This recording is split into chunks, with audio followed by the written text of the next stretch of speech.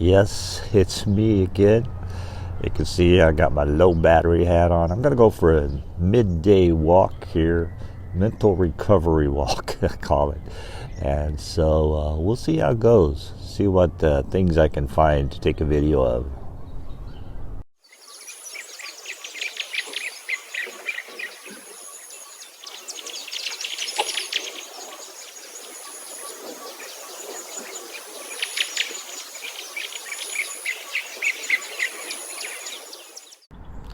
Well, I have to tell you about this very ugly tree.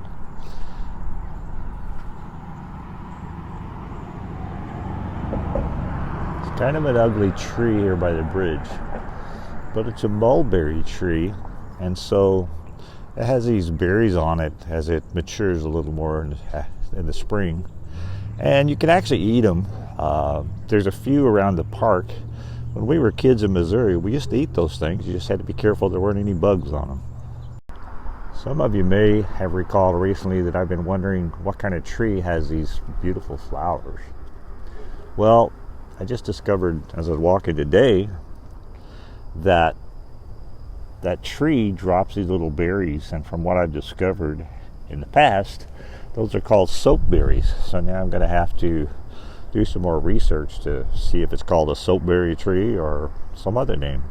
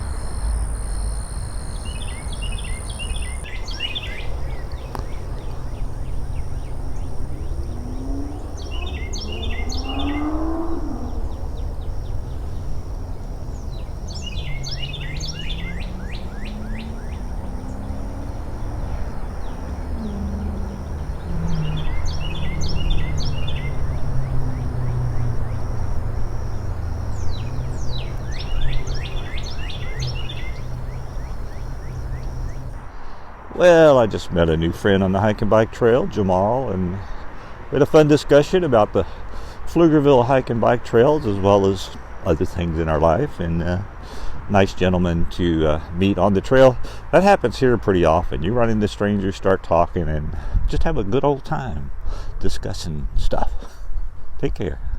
Okay, this is just to show you one of the biggest seas of bluebonnet blooms in the Pflugerville Park area. There are a lot of them along the highways because the Texas Department of Transportation reseeds a lot every year and lets the bluebonnets grow long enough to where they drop seeds before they die out at the end of the summer. But this is a really nice patch. Well, I had to show you these tiny flowers, and they're very tiny. Each petal on the flower of these plants are maybe 1 millimeter. Very tiny, but they're very pretty tiny plants. And of course, mixed in with the tiny purple flowers, there are some yellow flowers that are just about the same size. They're slightly bigger, maybe 1.5 millimeter long on the petals. Some of them might be 2, but very small flowers. I'm going to show you a little bigger purple flower. I don't know if it's one that's just grown older from the very tiny purple flowers or not, but not too far from it is this much larger. To me, it looks kind of like a petunia. I don't know what it's technically called, but its diameter is about 1.5 inches diameter. Well, going across this little wooden / metal bridge that takes me across the small part of Gilleland Creek.